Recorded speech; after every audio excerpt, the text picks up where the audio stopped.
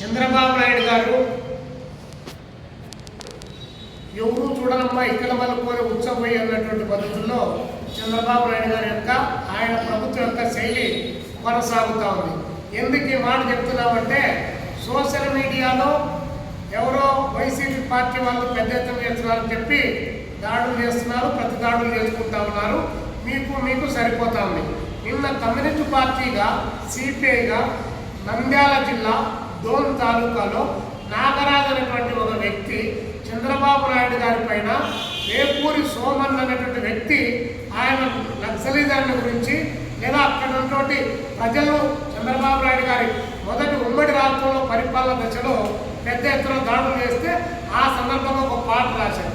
ఆ పాటను బ్యాక్గ్రౌండ్లో పెట్టి మీరు డోన్కి వస్తూ ఉన్నారు, నంద్యాల జిల్లాలో ఉన్నటువంటి గుండ్రేవుల ఎత్తిపోతల పథకం కానీ లేదా నీటిపారుదల ప్రాజెక్టులకు స్పష్టమైనటువంటి ప్రకటన మీరు చేయాలి, లేకపోతే గో బ్యాక్ అని చెప్పేసి ఆ పాట పెడితే ఆ బ్యాక్గ్రౌండ్లో పాట పెడితే మా వాళ్ళపైన నాన్ కేసులు పెట్టి మొత్తం పోలీసు వ్యవస్థ అంతా వెంటాడుతుంది. ఎర్రచంద్రం దొంగలను పట్టుకోండి, బియ్యం దొంగలను పట్టుకోండి, లేకపోతే భూ కబ్జాలకు పాల్పడే వాళ్ళపైన చర్యలు తీసుకోండి.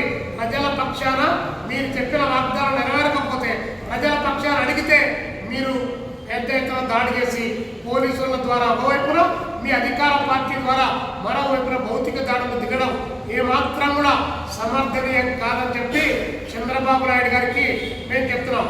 అంటే మీకు జరిగితే మాత్రం అన్యాయం, మిమ్మల్ని అరెస్ట్ చేస్తే మాత్రం ప్రజాస్వామ్యం కూని, మిమ్మల్ని అరెస్ట్ చేస్తే మాత్రం అంబేద్కర్ మహాశయుని అరెస్ట్ చేసినంత బిల్డప్ మీరు ఇస్తారు.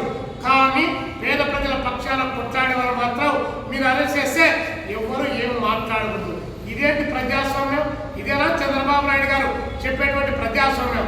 కాబట్టి తక్షణం నాగరాజు పైన పెట్టేటువంటి కేసులు ఉపసంహరించుకోవాలి, లేకపోతే కమ్యూనిస్ట్ పార్టీ రాష్ట్ర వ్యాప్తంగా చంద్రబాబు నాయుడు గారు కూటమి ప్రభుత్వం యొక్క విధానాలు మీ కేసులకు మీ అరెస్టులకు భయపడేటువంటి సమస్య లేదు. ఇక్కడ భయపడడానికి అధికార పదవుల కోసం రావడానికి అన్యాయాలకు అక్రమాలకు పాల్పడి దొంగ సారా వ్యాపారాలు చేసి ఇక్కడ భూ కబ్జా చేసేటువంటి వాళ్ళు కమ్యూనిస్టులు కాదు. అలాంటి గాజు పెంకుల్లో కూర్చున్నటువంటి మీరు భయపడాలి తప్ప చేతులకు మేము భయపడం.